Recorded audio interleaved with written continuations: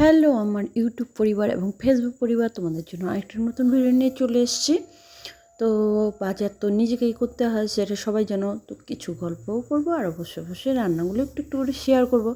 তো তোমরা এই শাকটাকে কে কে চেনো আমাকে অবশ্যই কিন্তু কমেন্ট করে জানিও, কারণ এই শাকটার নাম আমি জানি না, ফার্স্ট টাইম আনলাম আর ফার্স্ট টাইমই খেলাম। বাট মানে দারুণ স্বাদের। দোকানদার বলেই ছিল যে বৌদি নিয়ে যান, দেখবেন, খেয়ে আবার খুঁজবেন, খুব ভালো লাগে। তো আমি নাম জানি না, তবে শাকটা একটু টক টক ভাব লেগেছিলো। আর এই বেগুনগুলো এনেছিলাম জাস্ট পোড়া খাওয়ার জন্য আর ভাজা খাওয়ার জন্য। তো কর্তামশাই যাওয়ার আগে বেশ কিছু বেগুন এনে দিয়ে গেছে। তো বেগুন এতই এনেছে যে বেগুনগুলো খেতে খেতে মানে শেষ করতে পারছি না, এখন বেগুনগুলো শুকিয়ে যাচ্ছে। তো যাই হোক, তোমাদের সঙ্গে শেয়ার করবো। আসলে ছোটোবেলায় না কিছু কিছু জিনিস মনে পড়ে যায়, যেমন আমার মা তো মারা গেছে অনেক ছোটোতে। তো রান্নাগুলো ঠিক মার কাছে শিখতে আমি পারিনি। রান্নাগুলো আমি বিয়ের পরে বা বলো মা মারা যাওয়ার পরে, যে যখন হাতে খুন্তি আর কড়া জুটেছিল, সেই সময় একটু একটু ট্রাই করতে করতে এই অবস্থাতে এসছে। তো প্রথমে তো মাছ কী করে ভাজতে হয় সেটাও জানতাম না। তো হয়তো কড়াতে লেগে যেত, বা তেল প্রচণ্ড গরম হয়ে গেছে, মাছ পুড়ে যাচ্ছে, এরকম কিছু একটা হতো। বাট হ্যাঁ, এখন রান্না করতে করতে একটা হ্যাবিট হয়ে গেছে। আর বারবার আমার করতে ইচ্ছে করছিলাম, বললেই আমি একবারে সবগুলো মাছ দিয়ে দিয়েছিলাম। এখানে হাফ কিলো তোমার কাতলা মাছ এনেছিলাম, কারণ আমার বান্ধবী আসার কথা ছিল যে আসবে। তো ভেবেছিলাম তাহলে নিয়ে আসি, একবারে হয়ে যাবে। তো যাই হোক, ও খায়নি আর কি, কারণ বশত খায়নি, বলেছিল আজকে খাবো না, একটু প্রবলেম আছে, তো হয়নি। আর আমি রান্না করছিলাম, আর রান্নাটা আমার করতেও ইচ্ছে করছিল না। অ্যাকচুয়ালি শরীরটা খুব খারাপ লাগছিল, বাড়ি থেকে এসেছিলাম।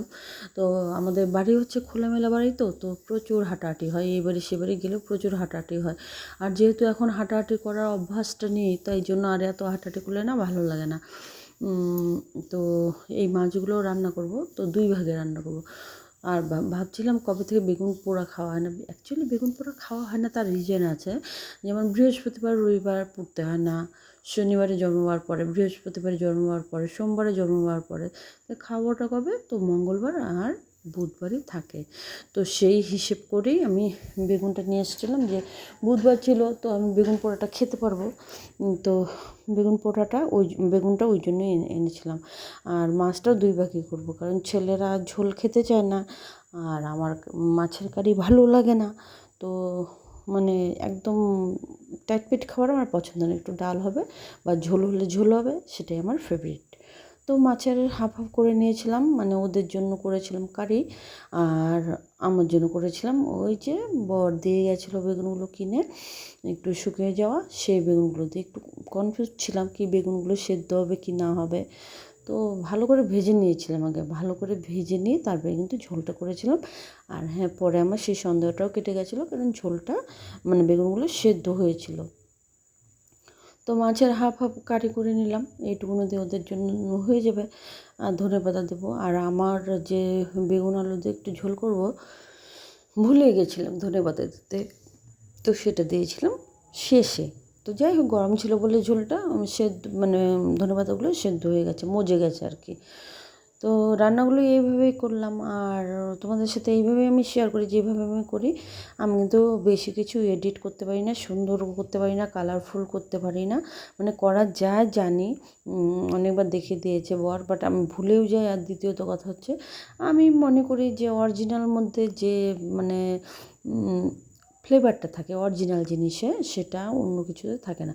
আমি যদি এটাতে কালার দিয়ে দিই, তাহলে হয়তো দেখতে সুন্দর হবে, সবাই ভাববে বাও কত সুন্দর, কিন্তু যারা ধরার তারা ঠিকই ধরবে যে কালার দিয়ে এডিট করে সেই করে বানিয়েছে। বাট আমি সেটা করি না, যার জন্য আমার যেটা আছে যেমন আছে তেমনই আমি তোমাদের সামনে উপস্থাপনা করি। শুধু পার্টগুলোকে জোড়া দিয়ে বা খুব লেজি পার্ট হলে ওকে স্প্রিট দিয়ে দিই, ব্যাস এইটুকুনি হচ্ছে আমার কাজ। আর ভয়েসটা দিই, এই 3টে কাজই আমি করি। এর বাইরে কালার দেয়া, বেশি লাইট দেয়া, কারণ আমার এখানে লাইটের ব্যবস্থাও সেইভাবে নেই, জাস্ট ঘরের যে লাইটটা হয় সেটা, আর যেহেতু মোবাইল দিয়ে ভিডিও করি, মোবাইলের যে ফ্ল্যাশটা আছে সেটা জ্বালিয়ে দিই, কারণ ব্যাক ক্যামেরা দিয়েই আমার করা হয়, কারণ হাতেই ধরে বেশি করি তাই জন্য। আর এটা মাছের ঝোলটাই আমি একটু পেঁয়াজ দিয়েছি, কারণ আমার না বড় মাছ খেলে না একটু কেমন লাগে, মানে লোকাল মাছ যেমন পেঁয়াজ ছাড়া ভালো লাগে, কিন্তু বড় মাছ হলে না একটা কেমন গন্ধ হয়। আর বেগুনটাও এপাশে পুড়ে নিলাম সেই সুযোগে।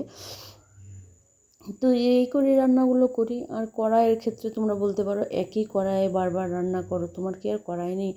হ্যাঁ, আমার ননস্টিকের কড়াই আছে, সিলভারের কড়াই আছে, মানে মোটা টাইপের যে হয় সেগুলো আছে, কিন্তু আমি এগুলোতে করি না। তার রিজন একটাই হচ্ছে যে সিলভারে কিন্তু অরিজিনালি ক্যান্সারের কারণ হয়ে দাঁড়ায়। যেমন ভাতটা আমি সাধারণত স্টিলের গামলাতেই করি, যদি বর যখন ছুটি আসে সেই সময়টায় আমি হাঁড়িতে করি, কারণ তখন ছোটো একটা ওটাতে হয় না, আর এটাতে যেমন আমাদের মায়ে বেটায় হয়ে যায়।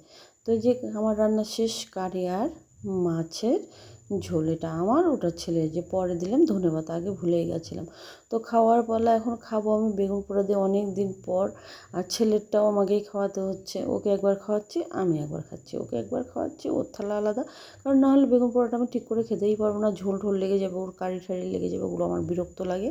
ওর জন্য আলাদা থালাতে নিয়েছি আর আমি আলাদা নিয়েছি। তো এই করেই খেলাম। তো ভিডিওটা যদি তোমাদের ভালো লেগে থাকে অবশ্যই অবশ্যই পাশে দাঁড়িও, আর লাইক কমেন্ট করো, শেয়ার করো, সাবস্ক্রাইব করো। তো সবাইকে অসংখ্য ধন্যবাদ ভিডিওটা দেখার জন্য আর সাথে থাকার জন্য। ভালো থেকো সবাই।